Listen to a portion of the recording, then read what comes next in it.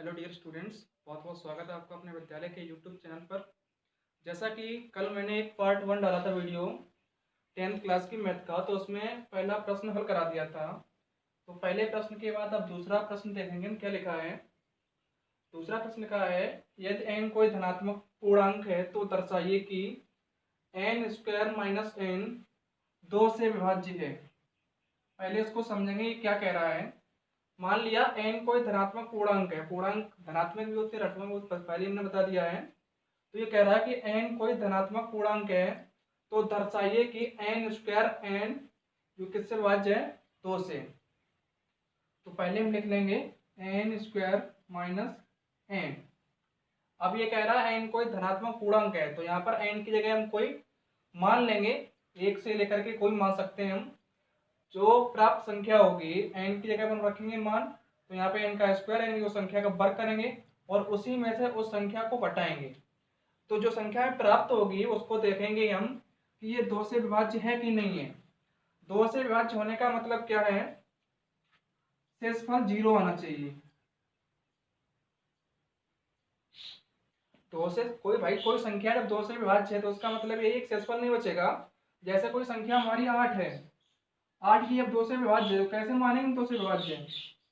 जब 2 को हम 8 से भागने कितनी बार जाएगा, 4 बार। अब शेषफल क्या बचेगा, 0। तो भाग कितनी बार गया है, 4 बार, यानी कि क्यूटेंट है। तो क्या करेंगे यहाँ पे, अब जरूरी नहीं संख्या हमारी 8 ही हो, संख्या हमारी कोई भी हो सकती है। तो भागफल भी जब संख्या अलग अलग होंगी तो भागफल अलग अलग आएगा, इसलिए यहाँ पर मैंने लिख दिया क्यू। यानी कि किसी संख्या को जब हम 2 से भाग देंगे तो कोई न कोई भागफल आएगा, लेकिन उसकी शर्त एक है, यानी कि 2 से विभाज्य होनी चाहिए। तो 2 से विभाज्य होने का मतलब क्या है कि शेषफल जो है 0 आना चाहिए। तो देखेंगे, तो पहले हम यहाँ पर n की जगह कोई पूर्णांक रखेंगे, विषम पूर्णांक, और विषम पूर्णांक ऐसा रखेंगे कि 2 से ज्यादा आएगी।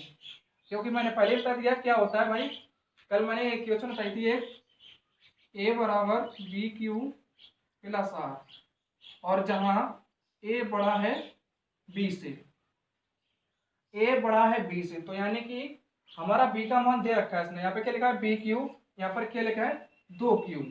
अगर इसकी हम तुलना करें तो b का मान यानी कि हमें भाजक दिया गया कितना, 2, यानी कि हमें 2 से भाग देना है। और यहाँ पर n का मान ऐसा रखना है क्योंकि जिसको जब सॉल्व करेंगे हम तो वो संख्या 2 से ज्यादा आनी चाहिए। ठीक है, अगर यहाँ पर हम 1 रखेंगे n की जगह, n की जगह 1 रखेंगे तो 1 का वर्ग 1 ही होता है, 1 माइनस, तो n की जगह यहाँ भी 1 रखना, तो 1 में से गया 0 जो कि 2 से छोटा है। तो हम क्या करेंगे, 1 नहीं रखेंगे, 1 से बड़ी कोई संख्या रखेंगे। तो मान लो हमने माना n बराबर 3 है, मैंने क्या माना है, n बराबर 3 है। तो जब n की जगह 3 रखेंगे तो कितना आएगा, n स्क्वायर, तो 3 का हम स्क्वायर करेंगे, माइनस की जगह माइनस, n की जगह क्या रख रहे हैं 3, n की जगह हम 3 रख रहे हैं। पहले हमने बता दिया, हमने मान लिया n बराबर कितना है 3। अब ये कह रहा है जो संख्या ये प्राप्त होगी वो इसके रूप की होनी चाहिए, यानी कि भागफल कितना आना चाहिए, 0 आना, यानी कि 2 से विभाज्य होना चाहिए। इसको लिख लेंगे फिर। अब ये कितना होगा, 3 का वर्ग 9 माइनस 3 बराबर 2q प्लस 0।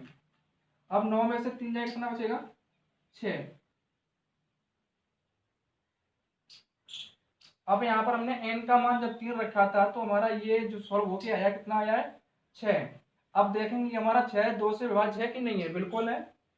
6 को हम क्या लिख सकते हैं, अगर 6 को हम 2 से भाग दें, अब यहाँ पर देखो दिख रहा होगा, हमने यहाँ पर बताया था क्या होता है, a बराबर बी क्यू प्लस आर। अगर इसकी तुलना हम इससे करें तो a का मान कितना है 6 और b का मान कितना है 2 और q की जगह q है, और शेषफल कितना आना चाहिए 0। तो देखेंगे हम 2 का भाग 6 में, देखेंगे 0 आ रहा है शेषफल, तो 2 का भाग देंगे हम 6 में, कितनी बार जाएगा 3 बार, क्या आ रहा है 0। तो इसको हम क्या लिख सकते हैं, a बराबर बी क्यू प्लस आर। तो ये भाग कितनी बार गया है, शेषफल कितना आ रहा है 0। शेषफल 0 आएगा, इसका मतलब क्या है, ये 2 से संख्या पूरी पूरी विभाज्य हो रही है। अभी यहाँ पर n की जगह हमने 3 रखा है, ये कह रहा है n कोई धनात्मक पूर्णांक हो। अब यहाँ पर जरूरी नहीं हम 3 ही रखने, और कोई रख के देखेंगे तो वो भी संख्या जो आएगी वो हमारी 2 से विभाज्य जरूर होगी। तो उसको देखेंगे, n की जगह और कुछ रख के देख रहे हैं।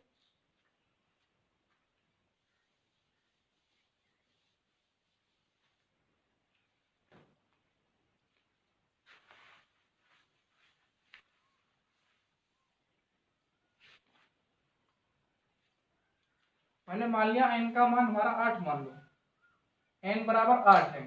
तो जब इसको हम सॉल्व करेंगे तो क्या आएगा, यहाँ पर स्क्वायर है तो यहाँ पर हमने n बराबर 8 माना है तो 8 का स्क्वायर करेंगे और माइनस n की जगह 8 रखेंगे।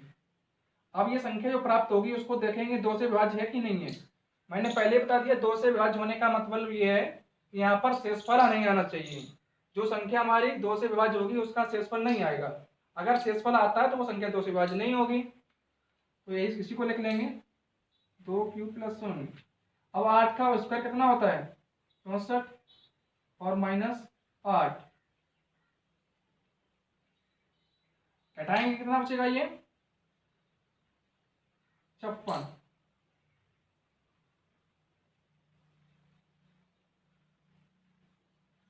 64 में से जब 8 घटाएंगे कितना बचेगा 56।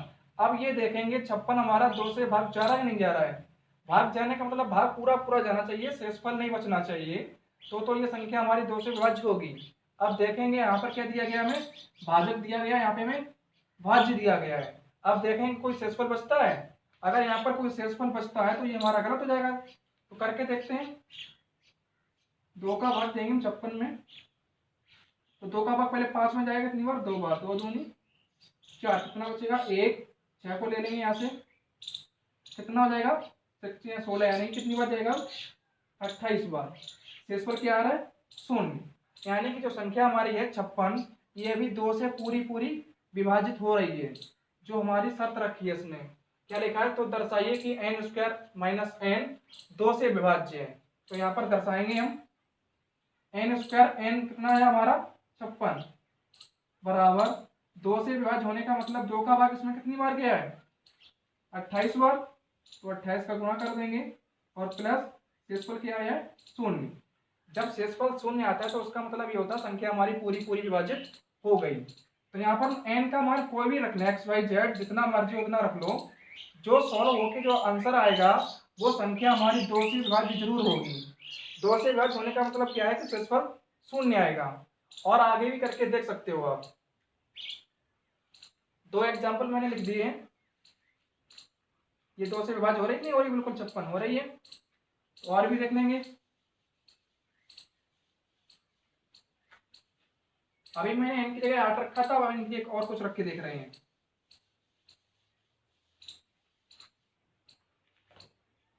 कोई भी संख्या रख लो, n बराबर 16 रख लो।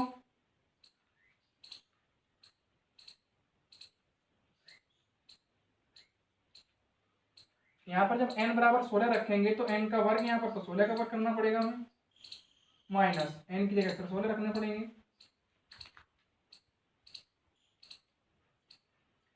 16 का वर्ग कितना होता है 256। 256 में 16 घटाएंगे कितना बचेगा, 6 में से 6 गया 0, 5 में से गया 4 और 2 का 2 ही। अब हमारी संख्या क्या आई, जब हमने n बराबर 16 रखा तो हमारी संख्या क्या बनी 240। अब ये संख्या जो आई है 240, n स्क्वायर माइनस n जो आया है हमारा कितना 240। अब इसको देखेंगे कि हमारा 2 से विभाज्य है कि नहीं है। तो 2 से विभाज्य होने का मतलब क्या है कि 2 से विभाज्य करेंगे और कोई ना कोई हमारा क्या आएगा भागफल, और जब विभाज्य होगी पूरी पूरी तो शेषफल क्या आएगा 0। तो उसको हम 2 को भाग देंगे 240 से। तो 2 को भाग दो 240 से, आसानी से पूरा पूरा जाएगा, शेषफल 0 ही आएगा। 2 का करेंगे 1 में 2 1 2, क्या बचेगा कुछ नहीं, 4 ले लिया यहाँ से, तो 2 दूनी 4, क्या बचा 0। तो यह क्या आ रहा है यहाँ पे 0 आ रहा है शेषफल। हमारा भाग कितनी बार जा रहा है 120 बार जाएगा। कितनी बार, 2 का भाग 240 में कितना जाएगा पूरा पूरा 120 बार हमारा भाग गया और शेषफल हमारा क्या आया है 0 ही आया है। यानी कि कहने का मतलब सीधी सीधी बात यह है कि n की जगह हम कोई भी ऐसा मान रखेंगे और धनात्मक रखेंगे, ये पॉजिटिव है ना, प्लस का माइनस का नहीं रखेंगे। जब यहाँ पर n की जगह हम कोई मान रखेंगे 1 से लेकर के 1000 तक, तो जो संख्या हमें प्राप्त होगी वो संख्या 2 से विभाज्य जरूर होगी। तो उसको आप प्रैक्टिस के लिए और भी करके देख सकते हैं।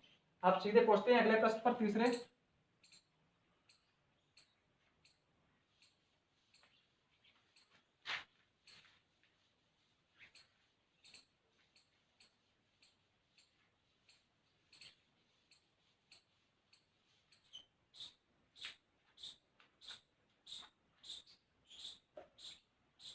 तो हमारा तीसरा प्रश्न क्या लिखा है, दर्शाइए कोई धनात्मक पूर्णांक 6q+5 के रूप का है तो यह 3q+2 के रूप का भी होगा।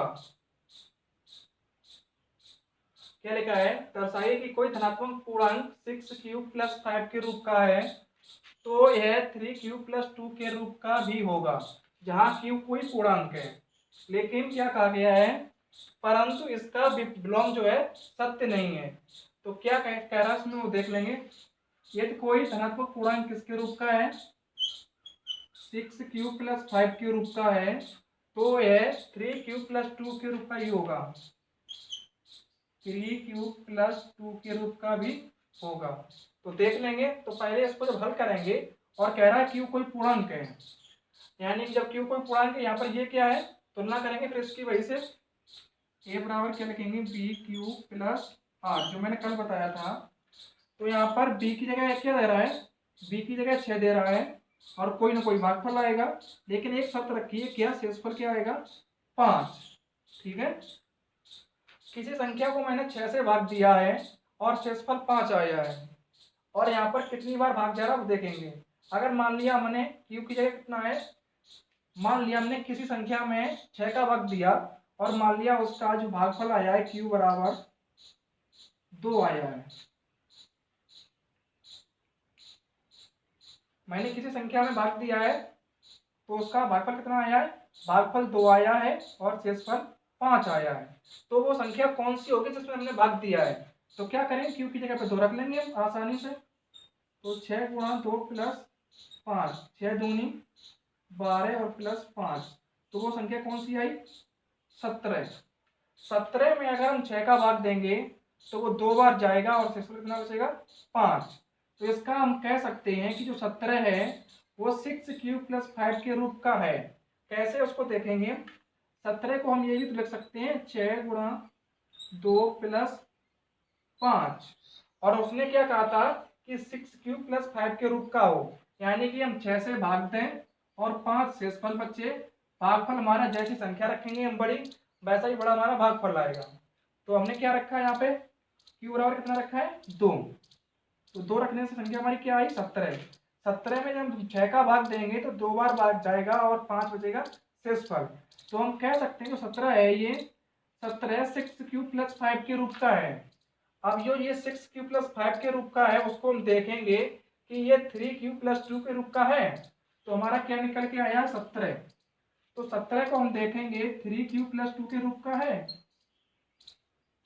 जी। अब यहाँ पे क्या लिखा है, 3, और यहाँ पे क्या लिखा है, 17।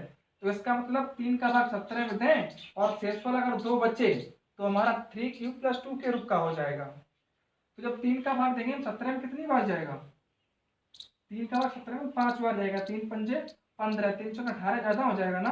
तो शेषफल कितना बचेगा, 2। तो जो संख्या हमारी 6q+5 के रूप की थी वो संख्या हमारी 3q+2 के रूप की भी हो रही है, जहां पर q कोई पूर्णांक है। अब जरूरी नहीं जो q बराबर 5 यहाँ पे आ रहा है वही यहाँ पे आए, ऐसा तो नहीं हो सकता, क्योंकि यहाँ पर 3 है और यहाँ पे 6 है। तो जो भी पूर्णांक होगा, जो भी पूर्णांक 6q+5 के रूप का होगा वो पूर्णांक 3q+2 के रूप का जरूर होगा। यहाँ पर हमने q बराबर 2 रखा है, q के अलावा और कोई भी संख्या रख लें तो भी वो हमारा 3q+2 के रूप का ही होगा। एक और एग्जांपल दे रहे हैं, q बराबर हमने अभी 2 रखा था, अब कोई और रख ले रहे हैं, कोई भी संख्या रख सकते हैं अपनी प्रैक्टिस के लिए। तो वो संख्या हमारी, यानी कहने का मतलब ये है जो संख्या हमने 6 से भाग दिया और 5 शेषफल बचे, ऐसी कितनी भी संख्याएं हो उसको हम 3 से भाग देंगे तो शेषफल 2 ही बचेगा। अगर हमारा जान लिया कि हमने मान लिया 6 का भाग हमने किसी संख्या में दिया और कितनी बार भाग गया, 15 बार भाग गया मान लिया हमने, तो हम 15 बार भाग गया तो हमने किस संख्या में भाग दिया होगा और शेषफल बचा होगा 5। तो क्या करेंगे, क्यू का मान इसमें रख लेंगे 6 और क्यू का मान रखेंगे तो गुणा का चिन्ह लगाएंगे 15 और प्लस 5। तो वो संख्या हमारी कौन सी हो जाएगी, 15 छिक्का 90 और 5 95। 95 जो संख्या ये है वो 6 क्यूब प्लस 5 के रूप की है। कैसे देखेंगे, 95 को अगर हम लिखें तो 6 गुणा 6 का भाग 95 कितनी बार जाएगा, 15 बार, और 5 शेषफल बचेगा। जहां पर क्यू कोई क्या है, पूर्णांक पहले बता चुके हैं हम, तो 6 क्यूब प्लस 5 के रूप का हो गया ये 95। तो जो 95 हमारा 6 क्यूब प्लस 5 के रूप का है उसको हम देखेंगे कि ये 95 जो है 3 क्यूब प्लस 2 के रूप का है, तो उसको भी देख लेंगे। मान लिया हमने 95 जो है, अब इसको देखेंगे हम, ये 3 क्यूब प्लस 2 के रूप का है। 3 क्यूब प्लस 2 के रूप का होने का मतलब यही है कि हम इस संख्या में 3 का भाग दें और शेषफल अगर 2 बचे तो क्या होगा, वो 3 क्यूब प्लस 2 के रूप का ही होगा। तो 3 का भाग देंगे हम 95 में। तो पहले 3 का भाग 9 में दें, कितनी बार जाएगा, 3 बार। क्या बचेगा, कुछ नहीं, तो यहाँ पे लगाएंगे 5। अब 3 का भाग 5 में तो एक ही बार जाएगा। अब शेषफल कितना बच रहा है, यहाँ पे 2 बच रहा है ना। तो हम कह सकते हैं कि जो संख्या हमारी 6 क्यूब प्लस 5 के रूप की होगी वो संख्या हमारी 3 क्यूब प्लस 2 के रूप की भी होगी। कैसी होगी, वो दिख रहा है डायरेक्ट। तो जब 3 से भाग दिया तो कितनी बार गया भाग, 31 बार, और शेषफल कितना बचा है, 2। यानी कि जो 95 था हमारा किससे आया था, 6 क्यूब प्लस 5 से आया था 95, और वो उसमें किसमें 3 क्यूब प्लस 2 के रूप में प्रयुक्त हो रहा है यहाँ पे। तो हम कह सकते हैं कि जो संख्या हमारी 6 क्यूब प्लस 5 के रूप की है वो संख्या हमारी 3 क्यूब प्लस 2 के रूप की भी होगी। एग्जाम्पल के लिए हम और भी उदाहरण लिख सकते हैं और अपना प्रैक्टिस घर पे खुद कर सकते हैं। तो बता दिए, हाँ इतना जरूर है, यहाँ पर क्यूब की जगह कोई भी संख्या रखेंगे, कोई भी रख लो जो मर्जी हो, 15 20 25 जो रख लो, और जो यहाँ पर पूर्णांक आएगा उसमें 3 का भाग करेंगे तो शेषफल 2 ही बचेगा। अब करके देख लेना अपना। उसने लास्ट में एक बात कही थी, परंतु इसका विलोम सत्य नहीं है। इसका विलोम सत्य नहीं, इसका मतलब क्या है, उसने क्या कहा था, जो संख्या हमारी 6 क्यूब प्लस 5 के रूप की है वो संख्या हमारी 3 क्यूब प्लस 2 के रूप की भी होगी। उसने ये कहा था कि जो संख्या हमारी 6 क्यूब प्लस 5 के रूप की है वो संख्या 3 क्यूब प्लस 2 के रूप की होगी। तो मैंने दिखा दिया था। अब कह रहा है इसका विलोम सत्य नहीं है, तो विलोम देख लेंगे। इसका विलोम क्या होगा, 3 क्यूब प्लस 2, जो संख्या हमारी 3 क्यूब प्लस 2 के रूप की हो वो संख्या हमारे 6 क्यूब प्लस 5 के रूप की भी होनी चाहिए। इसने पहले क्या बोला था कि जो संख्या हमारी 6 क्यूब प्लस 5 के रूप की है वो संख्या 3 क्यूब प्लस 2 के रूप की होगी, लेकिन इसका विलोम सत्य नहीं है। उसने एक बात और कही है तो उसको भी देख लेंगे। अब इसका विलोम होगा क्या, कि जो संख्या उल्टा लिख लेंगे इसको, 3 क्यूब प्लस 2 की रूप की है जो संख्या हमारी 3 क्यूब प्लस 2 के रूप की है वो संख्या हमारे 6 क्यूब प्लस 5 के रूप की होगी या ना होगी, उसको हम देख लेंगे। तो यहाँ पर क्यू कोई पूर्णांक रखेंगे। मान लिया हमने क्यू बराबर क्या रखा है, क्यू बराबर 11 रख लो। जब क्यू बराबर हम 11 रखेंगे कितना हो जाएगा, ये 3 गुणा 11 और प्लस 2, तो 11 3 33 और प्लस 2 कितना हो जाएगा, 35। तो जो संख्या हमारी ये 35 जो है वो किसके रूप का है, 3 क्यूब प्लस 2 के रूप का है। कैसे है, तो 35 को हम ये भी लिख सकते हैं 3 गुणा 11 और प्लस 2। उसने क्या किया था, 3 क्यूब प्लस 2, तो 3 क्यूब प्लस 2, क्यू जो है कोई पूर्णांक को भी हो सकता है। जो 35 जो हमारा है कैसा है, 3 क्यूब प्लस 2 के रूप का है। अब इसको देखेंगे, जो 35 आया है वो 6 क्यूब प्लस 5 के रूप का है। तो देखेंगे इसको, 35 जो है 6 क्यूब प्लस 5 के रूप का है। तो इसका मतलब ये है जब 6 का भाग 35 में दें और शेषफल 5 आना चाहिए। तो देखते हैं ये बराबर हो रहा है कि नहीं हो रहा है। तो 35 बजाओ, 6 का भाग 35 में कितनी बार जाएगा, 5 बार, 6 पंजे 30, और शेषफल कितना बचेगा, 5। तो जब हमने q बराबर 11 रखा है तब तो ये उतना हो रहा है। जब q बराबर 11 रखा है तब तो 3 क्यूब प्लस 2 के रूप की जो संख्या निकल के आई है वो हमारी संख्या 6 क्यूब प्लस 5 के रूप की हो रही है। लेकिन कह रहा है कि अलावा कुछ और रख के देखें तब भी अगर हो रहा है तो कह देंगे यहाँ कि ये इसका विलोम सत्य है। तो अभी तो इसका विलोम सत्य है, q बराबर 11 पर इसका विलोम सत्य है। मैंने पहले ही बोल दिया इसका विलोम क्या है कि जो संख्या हमारे 3q+2 के रूप की है वो संख्या 6q+5 के रूप की होगी। तो यहाँ पर मैंने q बराबर 11 रखा है। जब q बराबर ने 11 रखा है तो मैंने क्या है 35। तो 35 जो हमारा 3q+2 के रूप का है। अब ये कह रहा है कि जो संख्या हमारे 3q+2 के रूप की है वो 6q+5 के रूप की नहीं होगी, ये बता रहा है। लेकिन जब हमने q बराबर 11 रखा तब तो ये हो रहा है। अब देखेंगे q के अलावा और कुछ रखे हैं तो हो रहा कि नहीं हो रहा है। तो q की जगह कितना रखेंगे, 11 के अलावा आप कुछ रखे देखो, 12 रखे देख लो। जब 12 रखेंगे कितना आएगा, 3 गुणा 12 और प्लस 2, तो 12 3 36, 36 और प्लस 2 कितना हो जाएगा 38। 38 भी हमारे 3q+2 के रूप की है। 38 को हम क्या रख सकते हैं, 3 गुणा 12 और प्लस 2, जो 38 जो है, तो 12 3 36 और 2 38, यानी कि 38 संख्या जो है 3q+2 के रूप की है। अब हम देखेंगे 38 जो है 6q+5 के रूप का है। अब 35 की जगह 38 रख के देख लें। 38 के जब रखेंगे तो 6 का बार जब 38 में देंगे कितनी बार जाएगा, 6 बार।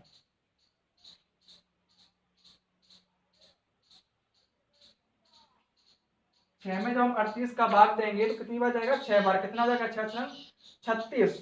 अब 36 में अगर हम 5 जोड़ेंगे तो ज्यादा हो जाएगा, लेकिन यहाँ पर कितना है 41। तो यहाँ पर क्या लिखेंगे हम, 38 को क्या लिख सकते हैं, 36 और 2, तभी तो इसके बराबर होगा ये। 6 का गुणा 6 में करेंगे, यानी कि 6 का भाग जब 38 में देंगे कितनी बार जाएगा, भाग देके देख लो। 6 का भाग जब 38 में देंगे कितनी बार जाएगा, 6 बार।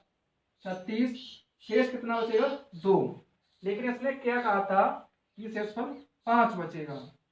तो पहले जो हमने q बराबर 11 रखा था उस पे तो विलोम सत्य हो रहा था, लेकिन जब जैसे ही हमने q बराबर 12 रखा तो इसका विलोम जो है सत्य नहीं हो रहा है। यानी जो संख्या हमारे 3q+2 के रूप की थी वो संख्या हमारे 6q+5 के रूप की नहीं हो रही है। क्यों नहीं हो रही है, क्योंकि इसका ये कहना है कि शेषफल 5 बचना चाहिए, लेकिन हमारा शेषफल क्या बचता है, 2, इसलिए इसका विलोम जो है सत्य नहीं है।